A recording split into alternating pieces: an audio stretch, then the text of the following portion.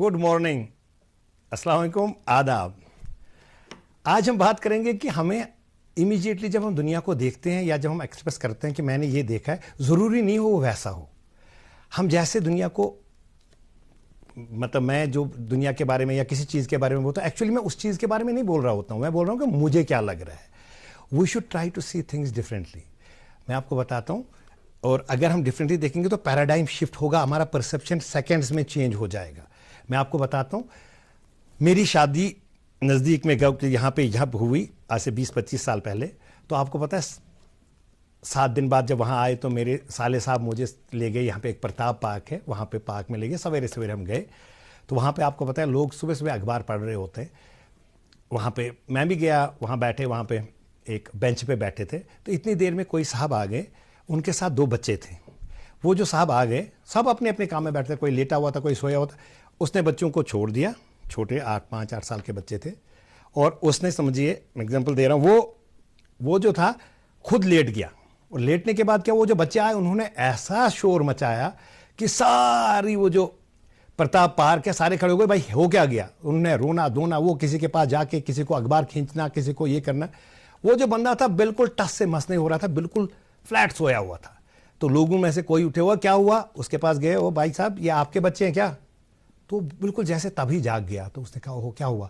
तो उसने देखा वो बच्चे ने किसी का अखबार काटा हुआ था, भाग रहे थे, शोर मचा रहे थे। तो उसने कहा कि देखिए, उस बच्चे ने जिसका अखबार खींचा था उसको किसी ने पकड़ा था कि क्या हुआ, क्यों शोर मचा रहे हो।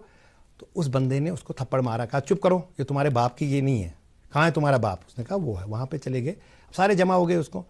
तो बच्चे ने थप्पड़ भी खाया। तो जैसे उस आदमी के पास गया तो उसने कहा कि मुझे, जैसे वो उसी वक्त समझिए वो जाग गया था, तो उसने कहा ओह अच्छा ऐसा हो गया, मुझे माफ़ कीजिएगा, मैं अभी ऐसे मैं एक हॉस्पिटल से आ रहा हूँ, मेरी मिसेज़ अभी मर गई, मुझे समझ नहीं आ रहा था हाउ टू कोप अप। ये बच्चे भी नहीं समझ पा रहे हैं, मुझे दिमाग में ही नहीं आ रहा है कि मैं क्या करूँ, क्योंकि जस्ट आई हर्ड कि वो गुजर गई हैं। हमारा एटीट्यूड इमीडिएटली चेंज हो गया।